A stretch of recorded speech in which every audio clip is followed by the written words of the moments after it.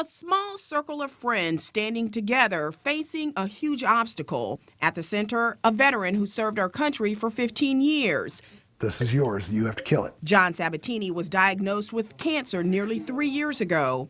His buddies, Ben, Dwight, and Stephen, didn't hesitate to step up and help, doing their best to always keep John's spirits lifted. There's a little dog that pops up, and These days, he's doing his best to stay upbeat. you can either boo-hoo it and fall into depression or accept it for what it is and say, okay, well, I'm going to have the best time I can while I'm still here, you know. John served in various roles in the Navy during both Gulf Wars, and he served in Bosnia, honing skills that he would later take to his IT career in Henrico County's Media Services Department. Learned a lot of the IT that I did right after the Navy in the Navy.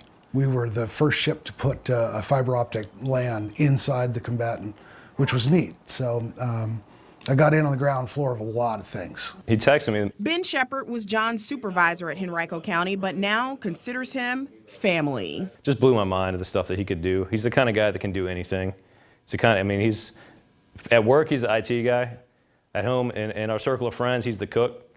He's got his mom's Italian recipes that he will make anything and everything for you. For his close friends, it really has been emotional watching John deal with cancer. The disease has now spread to several parts of his body, and he's unable to work. Friends know John is in a fight for his life. That's why a GoFundMe was set up to help the veteran with medical bills and expenses. I thought if there's anything I can do to help raise some awareness for him, because he's not the kind of person that's going to reach out and say, hey, I need help. Generosity, love, and support that humbles this veteran who knows this friendship is a light for him during a difficult time. They're so close. I think we're very tight.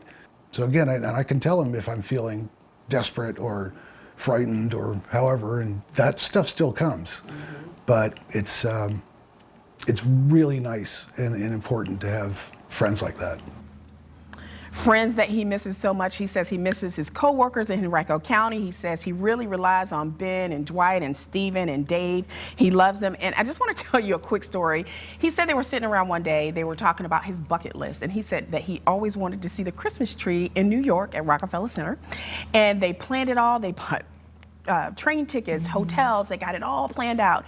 3 days before they left, or were supposed to leave, he took a turn, so they didn't get to make the trip. And so he felt really bad about that, but the fella said, no, we're not going until you can go. Right. And you know, today, Ben told me he still has that ticket, and I also found out that Dwight, for Christmas, he gave him a framed picture of the tree and said that they were gonna get him back there. Those are the types of friends that he has, and they just want people to know who he is and what he's done for our country and give to the GoFundMe. Well, I know John, and he's wonderful. He absolutely is.